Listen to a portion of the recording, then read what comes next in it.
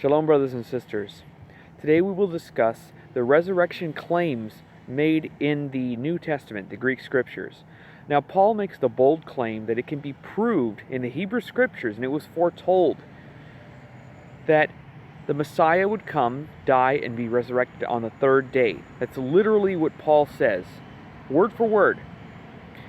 Now, the fact of the matter is, there is no such passage, there is no such verse that states what he claims. Let's take a look at all the passages that deal with resurrection, period, so that you know all the passages that speak about the resurrection or a resurrection.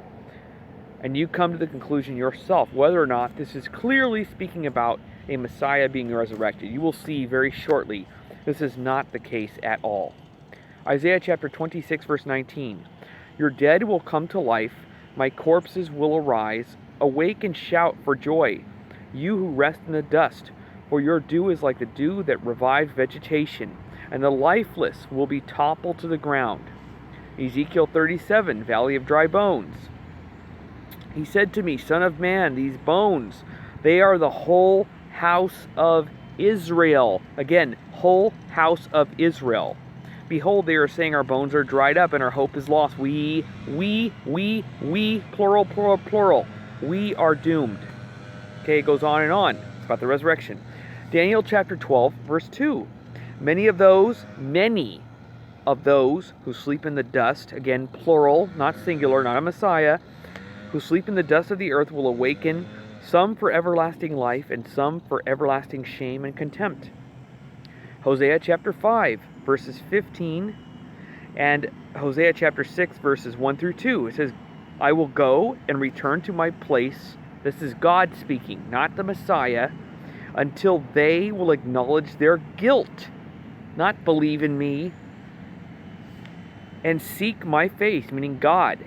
In their hardship they will seek me. Come, let us return to Yehovah, for he has torn and he shall heal us. He has smitten and he shall bandage us. He will heal us after 2 days, and on the third day he will raise us up. Plural, plural, plural, not singular. And we will live before him. Psalms chapter 16, verses 8 through 11. I have set Yehovah before me always, because he is at my right hand. God, meaning. I shall not falter, therefore my heart rejoices, and my soul is elated. My flesh too rests in confidence, because you will not abandon my soul to the lower world, nor allow your devout one to witness destruction. You will reveal to me the path of life, the fullness of joys in your presence. There is delight in your right hand for eternity. Now people will read this out of context, say, that's Jesus speaking.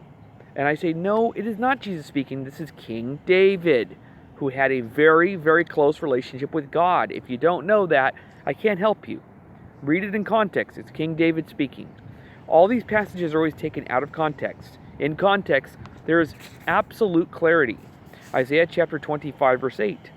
He will eliminate, God, again, God. He will eliminate death forever. And my Elohim, Yehovah, will erase tears from all their faces. He will remove the shame of his nation from upon the entire earth. For Yehovah has spoken. Period, the end. Now, I have to tell you something, brothers and sisters. These are all the passages that speak about a resurrection. Period. Meaning, this is it. There is no other verse that speaks about resurrection. This is all we have in the Hebrew Scriptures. There is no such verse saying that the Messiah will die and be raised on the third day. It's not true. It's nowhere. Nothing. Zero. So Paul lied. Completely lied. Now, it's very important that you know the authorship of the New Testament. Who wrote first, who wrote second, who wrote third, so you can understand how the New Testament came about. Paul was the earliest writer in the New Testament. He wrote in the late 40s to the 50s. 40s and 50s. Paul was first. Period. Mark was the earliest gospel. He wrote in the year 70, between 70 and 75. Even Christian scholars agree that it's the year 70. Matthew and Luke wrote in the 80s. John is the latest of the Gospels, written at least the year 100, if not later. So these Gospels were written after Paul's writing. So it's very possible that they were absolutely influenced by Paul. And the later you go, the later the Gospel, the more embellished it becomes, okay? For example, this is very important, okay? Paul is the earliest writer. He gives his own testimonies. He says that he met up with Peter and James, the brother of the Lord, according to him. He never mentions an empty tomb. We're dealing with the resurrection claims in the New Testament. He never, ever mentions that the disciples told him about a resurrection. In fact, he only says he met 2 of the disciples. He was only in Jerusalem for a period of just days. He said after he had his vision on the road to Damascus, he waited for years to come back to Jerusalem. And he only met with 2 of them. No mention of an empty tomb, no mention of a 3rd day being resurrected, and no physical appearances. Listen carefully, no physical appearances. Paul never believes in a physical bodily resurrection. In fact, he detests this. He speaks so much about a spiritual resurrection, not a physical body. Mark, the earliest gospel, ends early. The earliest manuscripts show that the women who saw the empty tomb, the alleged empty tomb, got scared and didn't tell anyone. Later scribes put in the final verses within chapter 16. But the earliest manuscripts say that there was no appearances. In Matthew, there was a visionary experience, meaning spiritual, not physical. As you go later, Luke, which is about the year 90, we see a more flesh and blood appearances. Later you go. They didn't want people to think that they were just seeing things or having hallucinations. So as you go to the later Gospels, they have him sitting down, eating bread, fish. And in John, they become so overwhelmed with the physicalness of Jesus' resurrection that they have doubting Thomas feeling the holes in his body, eating fish, sitting with them. It becomes more physical and physical as time goes on, because they don't want anyone to read the gospel and think that this was just a hallucination or they were losing their minds. It's just something to think about. So the earlier you go, the more questions you have. The later you go, the more they embellish the story. There's a lot of problems with the resurrection accounts. A lot of problems. For example, when was Jesus crucified? Well, it depends on which gospel you read. In Mark, it's the first day of Passover. So too in Matthew. So too in Luke. But in John, the latest gospel, it's the day before Passover. Who carried the cross? Well, it depends which gospel you read. In Mark, it's Simon of Cyrene. Also in Matthew, Simon of Cyrene. And also in Luke. But in John, it's Jesus by himself. What time was Jesus crucified? In Mark, it's 9 a.m. Matthew doesn't say. Luke doesn't say. John says sometime in the afternoon, not in the morning. Does Jesus drink on the cross? Well, in Mark, it says he drank wine with myrrh. Matthew, it's wine with gall. Luke, it's sour wine. John, it's sour wine. Does Jesus accept the drink? Mark says no. Matthew says yes. Luke doesn't say. John says yes. So we have a lot of contradictions there. 2 thieves are crucified alongside Jesus. Does either one acknowledge him? In Mark, no. They actually ridicule him. Matthew, the same thing. In Luke, only one does. The other one says, shut your mouth. He didn't do anything wrong. In John, nothing. When did the curtain in the temple allegedly tear? In Mark, it's after Jesus dies. In Matthew, it's after Jesus dies. In Luke, it's before Jesus dies. In John, it's not important enough to mention. What were Jesus' last words? Again, it depends on which gospel you read. In Mark, it's my God, why have you forsaken me? Matthew, my God, why have you forsaken me? In Luke, it's Father, into your hands I commit my spirit. And John, he says, it is finished. So he seems more worried in the earliest gospels, like something went terribly wrong. The later the gospel, the more confident he becomes. What did the Roman centurion, say when Jesus died? In Mark, it's truly this man was the Son of God. In Matthew, surely he was the Son of God. In Luke, truly this man was innocent. John, nothing. What was written on the top of the cross? In Mark, the King of the Jews. In Matthew, it says, this is Jesus, the King of the Jews. In Luke, it's this is the King of the Jews. In John, it's Jesus of Nazareth, the King of the Jews. Every single gospel has a different marking for his crucifix. Who buried Jesus? In Mark, it's Joseph of Arimathea, and also in Matthew as well. In Luke, it's Joseph of Arimathea. In Acts 13, Luke writes that the Jewish leaders buried Jesus, so it's the Jewish leaders. In John, Joseph of Arimathea and Nicodemus are the ones who did it. What about the resurrection accounts themselves, the actual resurrection? Who first came to the tomb where Jesus was interred? In Mark, Mary Magdalene, Mary and the mother of Jesus, and Salome. In Matthew, Mary Magdalene and another woman named Mary. It doesn't say it was the mother. Mary Magdalene in Luke, Mary the mother of James, Joanna, and other women. That's in Luke. And in John, it's only Mary Magdalene. When do these women come to the tomb? In Mark, it's after the sun rose on Sunday morning.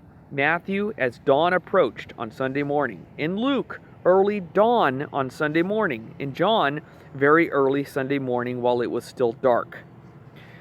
Was the tomb open or closed when they arrived? In Mark, the stone blocking the tomb had already been rolled away. In Matthew, the tomb was still blocked by a large stone. An angel descends from heaven and rolls it away. In Luke, the stone had already been moved. John, the stone had already been moved, rolled away. Who did the women first see at the tomb? In Mark, a young man sitting inside the tomb. In Matthew, an angel sitting on the rock outside the tomb.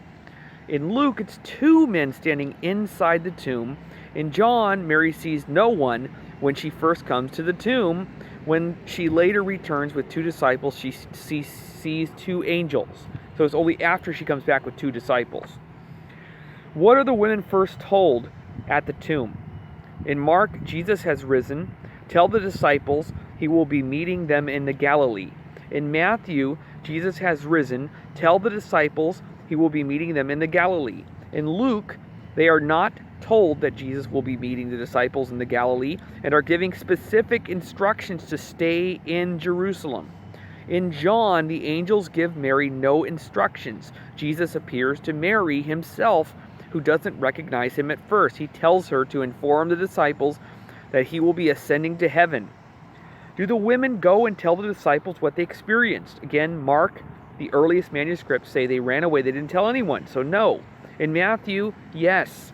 Luke, yes. John, yes. Who do the women report to? Again, Mark, nothing. Matthew, the 11 disciples. 11 disciples and other people in Luke. And in John, it's just Simon, Peter, and another unnamed disciple. What do the disciples do in response? Mark, there's nothing in the earliest manuscripts.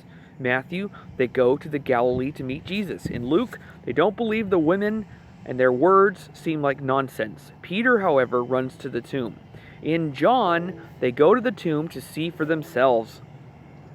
Did the women meet Jesus before going to report to the disciples? Mark, no. Matthew, yes. Luke, no. John, yes. Does John appear to Mary before or after she meets with the disciples? Mark, no.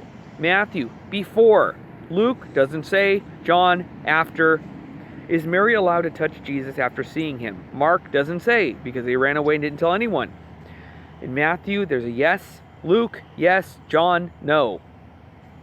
Did Mary recognize Jesus when he appeared to her? Mark, yes. Matthew, yes. Luke doesn't say. John, no. Did Mary Magdalene tell the disciples that someone had taken Jesus' body after she saw the empty tomb? Mark, nobody says. Matthew, no. Luke, no. John, yes. How many appearances did Jesus make after his resurrection? In Mark, 3. Matthew, 2. Luke, 2. John, 4. Where did Jesus first appear to his disciples? Mark, in the countryside, possibly in the Galilee. Matthew, the Galilee. Luke, Jerusalem. John, Jerusalem. It's all over the place. So even the Gospels themselves have so many errors and problems to make you feel confident. The Gospels cannot even get their central story straight of what actually happened after Jesus or Yeshua died. So there's nothing in Tanakh, nothing in the Hebrew Scriptures at all about the claims made in the New Testament. And the New Testament itself is so problematic and so all over the place, it does not give you confidence to say, I believe in this 100% because it's clear they are all on the same page. They're not all on the same page. Now, many Christians and Messianics will spin this and say, well, if you see the scene of a car accident and you have many witnesses, they're all going to have different versions of the story, and they might say it's a gray car or a light gray car or a bluish gray. These are minor differences, but what I have showed you are major, major contradictions. For example, what day did he die? You have to get that right. That's not a difference between a car being gray or light gray or light blue.